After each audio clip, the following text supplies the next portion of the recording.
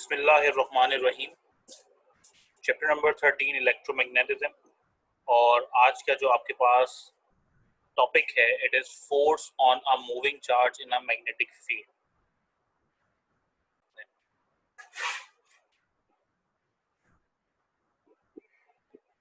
आपके सामने एक डायग्राम आई होगी और इस डायग्राम के अकॉर्डिंग हम थोड़ी सी कंसिडरेशन करेंगे। पहले समझ लीजिए यहाँ पे पॉसिबिलिटीज क्या हैं और क्या हो रहा है।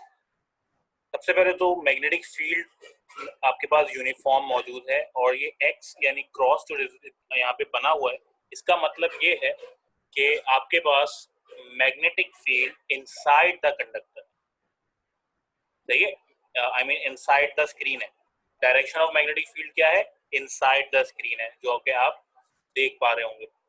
अब इसी इनसाइड द फील्ड के अंदर, इनसाइड द स्क्रीन वाली फील्ड के अंदर, मैग्नेटिक फील्ड के अंदर एक चार्ज पार्टिकल कहीं से आता है, ओके, और वो परपेंडिकुलरली आता है। मैं चार्ज पार्टिकल यहाँ पे शो कर देता हूँ, चार्ज पार्टिकल बनाया हुआ नहीं है, मैं चार्ज पार्टिकल यहाँ बना के आपको शो कर देता हूँ।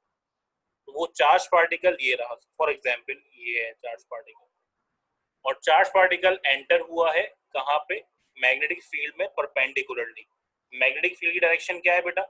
Inside the screen. और आपका चार्ज पार्टिकल लेफ्ट साइड पे, राइट साइड पे मूव कर रहा है। इट मींस कि दोनों के दरमियान में एंगल क्या है? 90 डिग्री। सो अब इसको कंपेयर करते हैं अपनी कंसिडरेशन से। Let an isolated point charge q, जो कि मैंने अभी डिजाइन किया, मूविंग विद वेलोसिटी v, और इसकी जो वेलोसिटी है वो v से मूव हो रही है, projected across a uniform magnetic field of flux density b। यानी जो मैग्नेटिक फील्ड है उसकी डेंसिटी कितनी है? हमने उसको b सपोज कर लिया। It has been observe experimentally. अच्छा, ये जो बात मैं अभी हम लिखने जा रहे हैं वो एक्सपेरिमेंटली प्रूव्ड है कि जब भी चार्ज पार्टिकल में आपके पास परपेंडिकुलर मैग्नेटिक फील्ड को अप्लाई किया गया है, मूविंग चार्ज पार्टिकल के अंदर परपेंडिकुलर मैग्नेटिक फील्ड को अप्लाई किया गया है, तो देखा ये गया है कि चार्ज पार्टिकल स्ट्रेट मोशन छोड़कर रोटेशन में आ जाता है। स्ट्रेट मोशन छोड़ के क्या करता है? रोटेशन में आ जाता है आपके पास चार्ज पार्टिकल। तो ये आपके पास एक्सपेरिमेंटली प्रूवन है। अब किस तरह से प्रूवन है वो हमें देखना है। The magnitude of this force is directly proportional to the magnitude of Q, V, B and sin theta।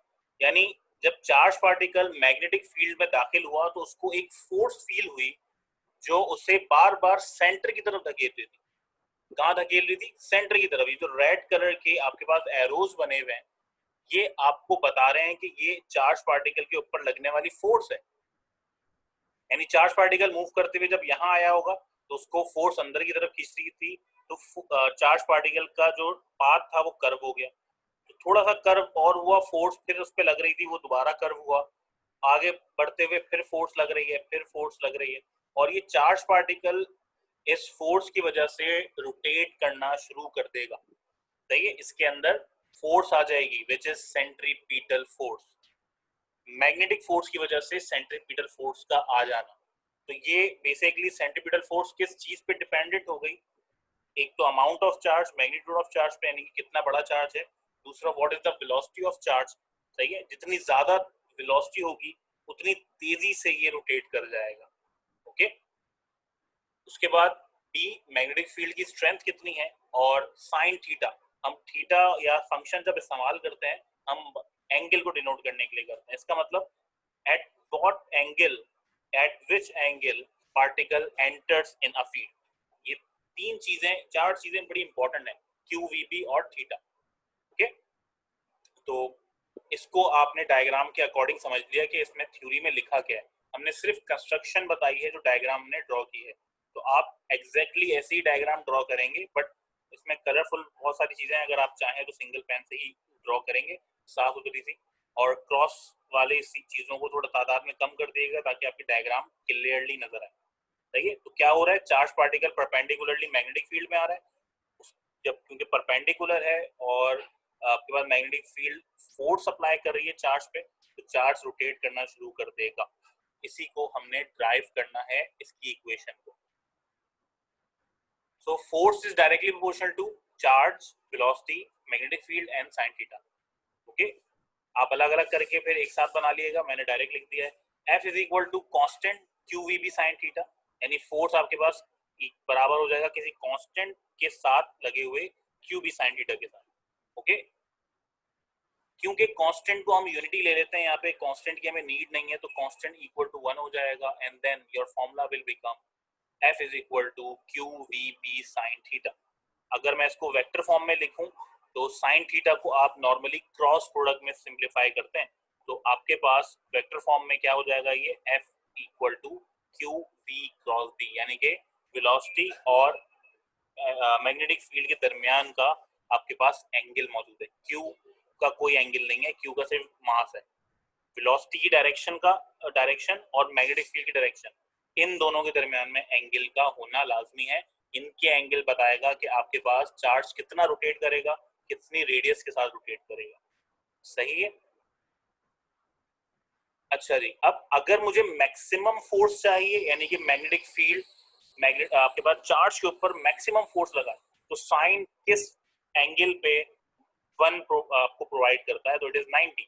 यानी एंगल अगर 90 होगा या चार्ज परपेंडिकुलर होगा एग्जैक्टली, तो मैक्सिमम फोर्स अप्लाई होगी उस पर। ओके, और अगर आपके पास angle between magnetic field and velocity zero होगा, तो फोर्स भी जीरो होगी, कोई फोर्स अप्लाई नहीं होगी चार्ज के ऊपर। एक बात और कि आप मालूम कैसे करेंगे, आप देखेंगे कैसे, इसकी डायरेक्शन को कंफर्म कैसे करेंगे, तो अगेन मैंने आपको एक लॉ बताया था, एक तरीका बताया था, फ्लेमिंग्स लेफ्ट हैंड रूल का, तो उसी को इस्तेमाल करेंगे। तो direction of force can be determined by Fleming's left hand rule. क्या है फ्लेमिंग्स लेफ्ट हैंड रूल? आपके थंब, आपका इंडेक्स फिंगर और आपकी मिडिल फिंगर, इन तीनों को आपको कुछ इस तरह से ओपन करना है जैसे डायग्राम में पिक्चर में शो किया हुआ है, और इस तरह से ओपन करने के बाद फिंगर जो आपके थंब है वो फोर्स को शो कर रही होगी, आपका जो इंडेक्स फिंगर है वो मैग्नेटिक फील्ड की डायरेक्शन को शो कर रही होगी, और आपकी जो मिडिल फिंगर है वो वेलोसिटी को शो कर रही होगी, डायरेक्शन ऑफ वेलोसिटी को। तो ये तीनों आपस में ऑर्थोगोनल या परपेंडिकुलर होना जरूरी है, तो ये आप डायरेक्शन को इस तरह से जज कर सकते हैं बआसानी। Magnetic force provide centripetal force to the moving charge y। अब जो मैंने बातें करी हैं उसको कंक्लूड करता हूं कि ऐसा क्यों हो रहा है, जब आपके पास मैग्नेटिक फील्ड के अंदर चार्ज एंटर कर रहा है तो वो रोटेट कर रहा है या उसके अंदर सेंट्रीपिटल फोर्स आ जा रही है। रीजन कुछ इधर है आपके पास। Force of magnetic field on a moving charge is perpendicular to the velocity, ये हमने अभी समझा। This force can not change the speed, ये स्पीड को कभी भी चेंज नहीं करेगी, स्पीड उसी तरीके से लगेगी। सही है, 10 मीटर पर सेकंड की स्पीड से, 1000 मीटर पर सेकंड की स्पीड से आपके पास चार्ज मूव कर रहा है और वो उसी स्पीड से करता रहेगा, बट आपके पास फोर्स अप्लाई होने की वजह से मैग्नीट्यूड में कोई फर्क नहीं आएगा। It only changes the direction.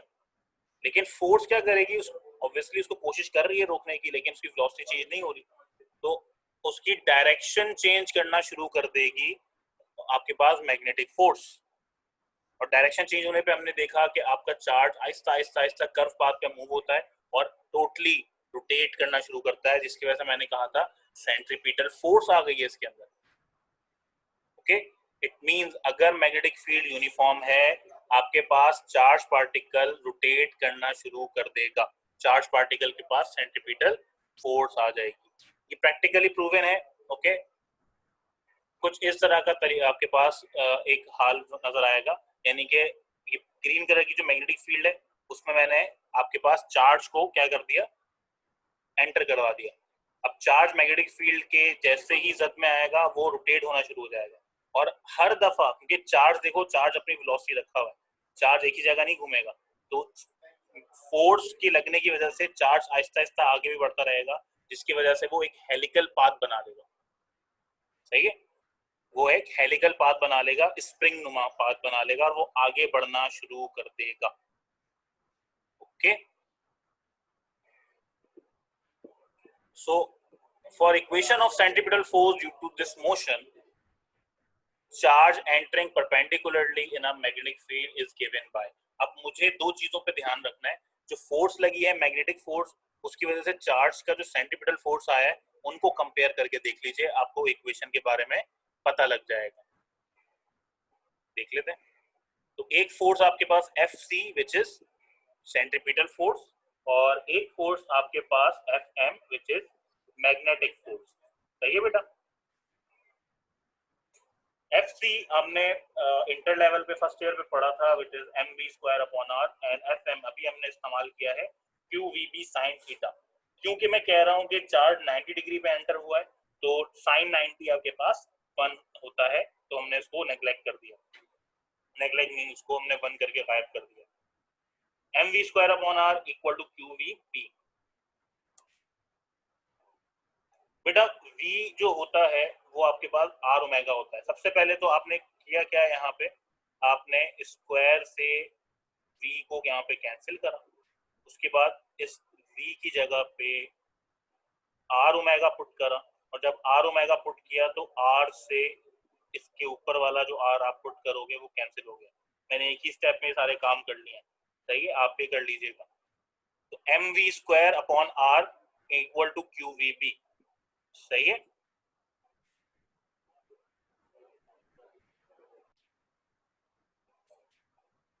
बात समझ में आ गई। वी स्क्वायर का जो स्क्वायर है वो उसके वी से कैंसिल हो गया बराबर में। उसके बाद वी की जगह पे आर ओमेगा आपने पुट किया था, तो ऊपर वाले आर से नीचे वाला आर कैंसिल हो गया, रह क्या गया, m omega equals to q B.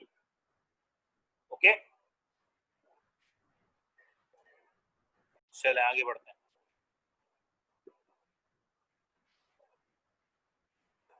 Omega को अलग करके क्यू बी अपॉन एम आपने लिख दिया। ओके, वजह क्या है कि मुझे इसकी एक नई इक्वेशन बनानी है, जिसमें मुझे इसको इसके फ्रीक्वेंसी को फाइंड आउट करना है कि किस फ्रीक्वेंसी के साथ आपके पास ये चार्ज मूव कर रहा है। ओमेगा का फ्रीक्वेंसी से बड़ा गहरा ताल्लुक है। ओके, चैप्टर आपने फर्स्ट ईयर के अंदर सर्कुलर सर्कुलर वेलोसिटी यानी कि आपने टेंजेंशियल वेलोसिटी और एंगुलर वेलोसिटी के बारे में पढ़ा था। तो ये ओमेगा बेसिकली एंगुलर वेलोसिटी है। तो एंगुलर वेलोसिटी का हमने फ्रीक्वेंसी के साथ रिलेशन निकाला था, आपको याद होगा।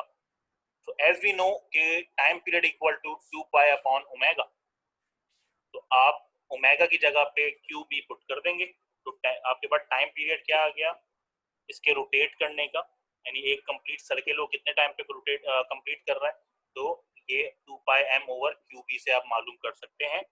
इस तरीके से अगर फ्रीक्वेंसी निकालना चाह रहे हैं तो फ्रीक्वेंसी होता है 1 अपॉन टी, यानी इनवर्स ऑफ टाइम पीरियड। तो आप इक्वेशन को फ्लिप कर देंगे। Okay, where t is time period and f is cyclotron frequency। इसको साइक्लोट्रॉन क्यों कह रहे हैं? आपके पास चार्ज साइकिल्स में मूव कर रहा है, सर्कुलर पैटर्न में मूव कर रहा है, और इलेक्ट्रॉन से या इलेक्ट्रॉन पार्टिकल से आप कह सकते हो कि मैंने इसको ट्रॉन रखा है, क्योंकि इलेक्ट्रॉन पॉजिट्रॉन, तो यह इस वजह से इसको साइक्लोट्रॉन कहते हैं।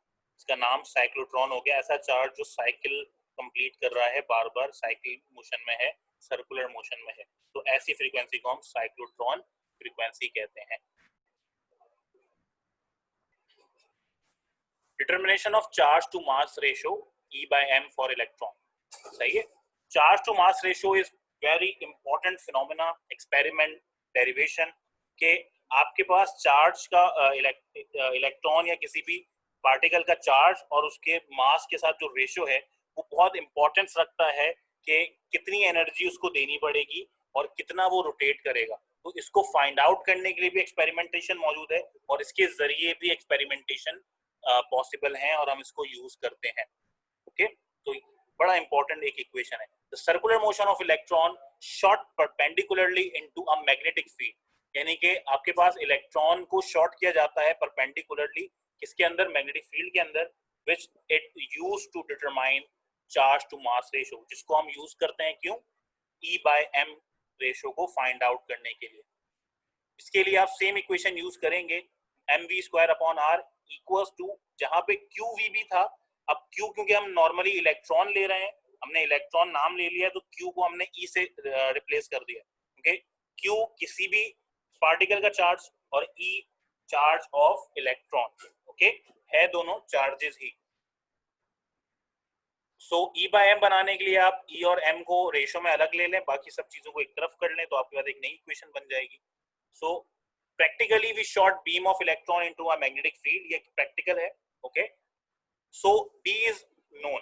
सही है, मैंने ये कहा कि आपके पास क्योंकि मैग्नेटिक फील्ड कांस्टेंट है, यूनिफॉर्म है, इसका मतलब B हमें पता है, हमने कितनी प्रोवाइड की हुई है। Radius of electron can be measured by making their part visible.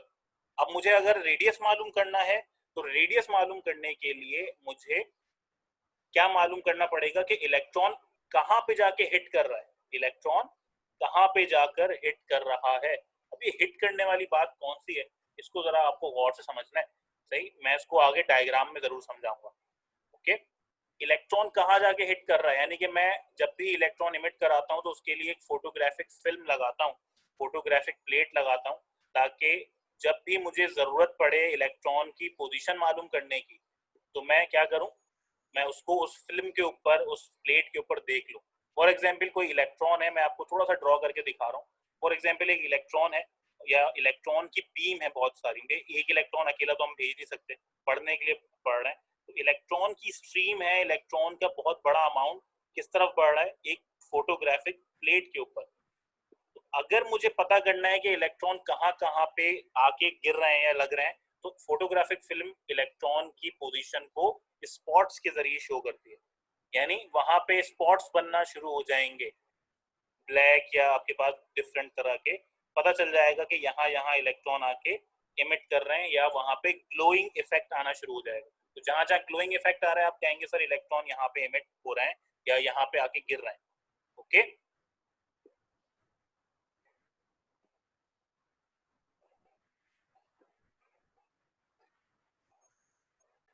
तो समझ में आ गया कि ये किस कह सकते हो कि कोलाइडिंग की बात कर रहे हैं, विजिबल कोलिजन की बात कर रहे हैं। तो विजिबल कोलिजन का मतलब आपके पास विजिबिलिटी ऑफ इलेक्ट्रॉन, जहां पे आके वो हिट करेंगे बस। अब उसमें आपके पास कोई भी गैस हो सकती है, हाइड्रोजन हीलियम ट्यूब के अंदर, सही है, वो उसकी पोजीशन को बताएगी कि आपके पास इलेक्ट्रॉन किस जगह से मूव कर रहे हैं और कहाँ जाके स्ट्राइक कर रहे हैं। ओके, नॉर्मली आप जो विजिबल लाइट देखते हैं वो ब्लू कलर की लाइट देखते हैं, क्योंकि आपके पास जो ज्यादातर गैस इस्तेमाल हो रही होती हैं वो हीलियम या हाइड्रोजन इस्तेमाल हो रही होती हैं या आर्गॉन इस्तेमाल हो रही होती हैं, और फोटोग्राफिक फिल्म के ऊपर हम नॉर्मली ब्लू ही ग्लो इफेक्ट देखते हैं। सही है, so the path is visible for the velocity of electron and their kinetic energy is now measurable. सही है, अब उनकी काइनेटिक एनर्जी को हम मेजर कर सकते हैं वहां पे, कोई ऐसे डिटेक्टर्स लगा के जो उनकी वेलोसिटी को फाइंड आउट कर सके, पता लगे कि कितनी अमाउंट में और कितनी तेजी से इलेक्ट्रॉन आके गुजर रहे हैं या वहां पे स्ट्राइक कर रहे हैं। ओके, तो इसके लिए इक्वेशन है kinetic energy is equal to energy of electron. Kinetic energy half m we square होती है और energy of electron electron volt होता है, ईवी। ये हमने पढ़ चुके हैं चैप्टर नंबर 11 में। Using e by m ratio, आप पुट कर दीजिए ई बाय एम रेशो के अंदर ये वैल्यूज, यानी कि ई और एम को आप सिंप्लीफाई करें, बाकी सब चीजों को एक तरफ कर दें और इसके अंदर वैल्यूज को पुट कर लीजिए, तो आपके पास एक नई इक्वेशन बन जाएगी ई बाय एम की, 2v upon b square r square. Okay, यही आपके पास वो इक्वेशन है जहां से ई बाय एम रेशो आप आसानी मालूम कर सकते हैं। ऊपर वाली भी इक्वेशन ई बाय एम की है, वो डिपेंडेंट है वेलोसिटी और रेडियस पे, और नीचे भी ई बाय एम की आपके पास इक्वेशन है जो कि आपके पास वोल्टेज यानी कि आपके पास पोटेंशियल डिफरेंस और रेडियस पे डिपेंड कर रही है, दो अलग अलग चीजें हैं। सही है, एक जगह वी वेलोसिटी का, एक जगह वी वोल्टेज का है। बड़ी इंपॉर्टेंट चीज वेलोसिटी सिलेक्टर। वेलोसिटी सिलेक्टर क्या होता है, अब जो मैं आपको बात बता रहा था इलेक्ट्रॉन की स्ट्राइक करने की, वो सारा कुछ एक इंस्ट्रूमेंट के अंदर हो रहा है, और ये वेलोसिटी सिलेक्टर भी एक इंस्ट्रूमेंट का हिस्सा है। Okay, so if charged particle is passed through a region where both electric and magnetic field are acting such that two forces may balance each other। सही है, अगर आपके पास इलेक्ट्रिक और मैग्नेटिक फील्ड एक साथ एक्ट कर रही हैं एक जगह पे, एक रीजन पे, तो दो फोर्सेज एक साथ अप्लाई हो रही होंगी उस चार्ज के ऊपर, एक इलेक्ट्रोस्टैटिक फोर्स, एक मैग्नेटिक फोर्स, सही है, जिसको आप Fe को QE से डिनोट करते हैं और Fm को QVB से डिनोट करते हैं।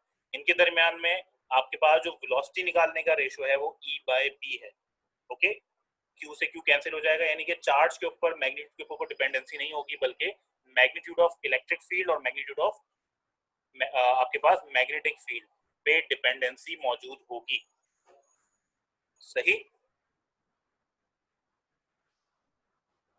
Such arrangement is called velocity selector because charges with velocity in the ratio of E to B will come out undeflected. In a beam, all charge particles do not move in the same velocity, so we can separate charge with desired velocity. यानी जितने भी charges आ रहे होंगे या electrons आ रहे होंगे वो सबके सब सेम वेलोसिटी पे नहीं होंगे। ओके, तो वेलोसिटी सिलेक्टर यूज इसी वजह से कर रहे हैं कि आप कौन से पार्टिकल को, कौन से चार्ज को, चार्ज की वेलोसिटी मालूम करना चाह रहे हैं, तो वो आप पर्टिकुलर चार्ज की वेलोसिटी उसके रोटेशन पे, उसके कह सकते हो कि उसकी इमिशन पे मालूम कर सकते हैं।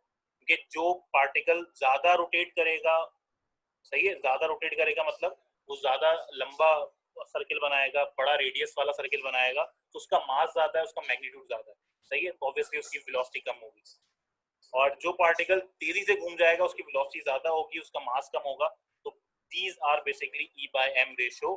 ओके, जैसे कि इस डायग्राम में आपको ये प्रॉपर्ली शो हो जाएगा। ये पूरी जो बीम आपके पास जो ये ट्यूब नजर आ रही है, इसको जे थॉमसन ट्यूब कहा जाता है, डिस्चार्ज ट्यूब कहा जाता है।